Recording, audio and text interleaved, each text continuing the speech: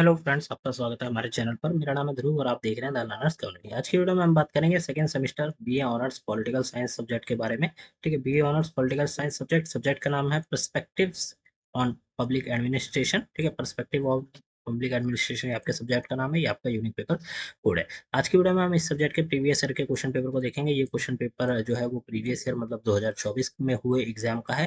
तो आज की वीडियो में इस सब्जेक्ट के क्वेश्चन पेपर को कवर करेंगे, किस टाइप के क्वेश्चन आते हैं वो देखेंगे, और क्या इंपॉर्टेंट है वो सारी चीजें आज की वीडियो में हम कवर अप करेंगे। तो इंपॉर्टेंट वीडियो होने वाली है। अगर आपके पास ये सब्जेक्ट है, बीए ऑनर्स पॉलिटिकल साइंस का ये आपका सब्जेक्ट है पर्सपेक्टिव ऑन पब्लिक एडमिनिस्ट्रेशन, तो वीडियो को कंप्लीट देखिए, स्किप मत करिएगा। ठीक है, 3 घंटे का पेपर होगा, 90 नंबर का आपको टाइम दिया जाएगा। 5 क्वेश्चन आपको अटेम्प्ट करने हैं, मतलब आपका 18 नंबर का जो है एक क्वेश्चन होगा। ठीक है, 18-18 नंबर के आपको 5 क्वेश्चन अटेम्प्ट करने हैं, आपका 90 नंबर का जो पेपर है वो तैयार हो जाएगा। ठीक है, सारे को जो क्वेश्चन है इक्वल मार्क्स कैरी करते हैं। आप इंग्लिश या हिंदी एक लैंग्वेज प्रेफर करके उसमें आंसर लिख सकते हैं। ये हो जाता है आपको क्वेश्चन पेपर के बारे में डिटेल। फिर क्वेश्चन नंबर 1 आता है। क्वेश्चन नंबर 1 में आपसे यहाँ पे पूछा गया है कि अर्थशास्त्र में कौटिल्य द्वारा प्रतिपादित राज्य के सप्तांग सिद्धांत की विवेचना कीजिए। ठीक है, अर्थशास्त्र के अंदर जो कौटिल्य के द्वारा एक सिद्धांत बताया गया है, राज्य के सप्तांग सिद्धांत। ठीक है, इसकी आपको विवेचना करनी है। उपयुक्त उदाहरण के साथ व्याख्या कीजिए कि लोक प्रशासन के विषय के लिए कैसे प्रासंगिक होगा। ठीक है, आपको यहाँ पे अब उदाहरणों का यूज करके मतलब एग्जाम्पल का यूज करके व्याख्या करनी है कि यह है ये जो है ये लोक प्रशासन के विषय के लिए कैसे प्रासंगिक होगा, ये आपको यहाँ पे बताना है।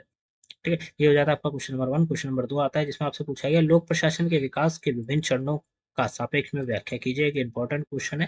ठीक है, लोक प्रशासन के विकास से रिलेटेड आपसे क्वेश्चन पूछा ही जाएगा, तो आपको लोक प्रशासन के बारे में उसके विकास के बारे में क्वेश्चन जो है उनको अच्छे से पढ़ के जाना है। यहाँ पे क्या पूछा गया, विकास के विभिन्न जो चरण है, विकास के जो अलग अलग स्टेप्स हैं, चरण हैं, वो आपको यहाँ पे बताने हैं। क्वेश्चन नंबर 3 आता है।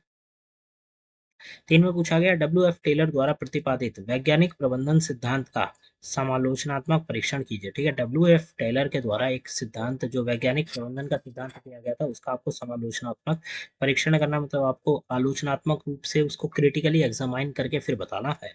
ठीक है, हो जाता है। क्वेश्चन नंबर 4 आता है। परिबद्ध तर्कसंगतता के विशेष संदर्भ में हॉर्बर्ट साइमन के निर्णय निर्माण सिद्धांत का परीक्षण कीजिए। ठीक है, हॉर्बर्ट साइमन के निर्णय निर्माण का सिद्धांत, फिर W.F. टेलर का जो वैज्ञानिक प्रबंधन का सिद्धांत है, ये दोनों चीजें मोस्ट इंपॉर्टेंट है।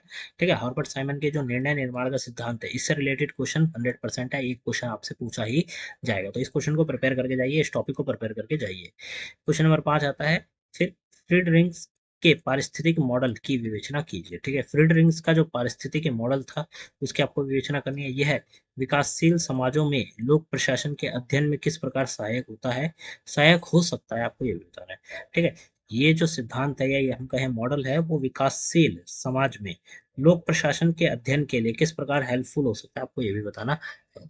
ये हो जाता है आपका क्वेश्चन नंबर 5। क्वेश्चन नंबर 6 आता है। नवलोक प्रबंधन की मुख्य विशेषताओं का वर्णन कीजिए। ठीक है, नवलोक प्रबंधन की जो व्यवस्था है उसकी मुख्य विशेषताओं का वर्णन करना है। यह है नई लोक सेवा से किस प्रकार भिन्न है, परीक्षण कीजिए। ठीक है, ये जो प्रबंधन है ये नई लोक सेवा से किस प्रकार अलग है या भिन्न है, ये आपको बताना है। क्वेश्चन नंबर 7 आता है। सुशासन क्या है, हाल के दिनों में सुशासन सुनिश्चित करने के लिए उठाए गए कदमों की रूपरेखा प्रस्तुत कीजिए। ठीक है, पहले आपको बताना है सुशासन क्या है, मतलब अच्छा जो गवर्नेंस है वो क्या है। फिर हाल के टाइम में, अगर हम करंट टाइम में बात करें, तो सुशासन या अच्छे व्यवस्था, अच्छा प्रशासन करने के लिए कुछ चीजें या कुछ कदम उठाए गए हैं, तो वो आपको कदम बताने हैं, क्या क्या स्टेप्स लिए गए हैं। क्वेश्चन नंबर 8 आता है। डिजिटल शासन से आप क्या समझते हैं। डिजिटल शासन के कुछ प्रमुख पहलुओं का उल्लेख कीजिए। ठीक है, पहले आप बताएंगे डिजिटल शासन क्या होता है, फिर आप उससे क्या समझते हैं, फिर डिजिटल शासन के कुछ प्रमुख जो पहल हैं वो भी आपको बताने हैं। क्वेश्चन नंबर 9 आता है। महिला सशक्तिकरण जेंडर समावेशी नीतियों द्वारा पूरित संपूरित है, उपयुक्त उदाहरण के साथ विवेचना कीजिए। ठीक है, महिलाओं के सशक्तिकरण के लिए जेंडर समावेशी नीतियों द्वारा पूरित और संपूरित है, इसका आपको उदाहरण के साथ एक्सप्लेन करना है। ठीक है, क्वेश्चन नंबर 9 हो जाता है। क्वेश्चन नंबर 10 है वो आपका शॉर्ट नोट लिखने वाला ही क्वेश्चन आएगा। ठीक है, कोई भी 2 टॉपिक आपको दे दिए जाएंगे, मतलब कई सारे टॉपिक दिए गए हैं, उसमें से कोई भी 2 टॉपिक आपको उठा के उन पर शॉर्ट नोट लिखना है।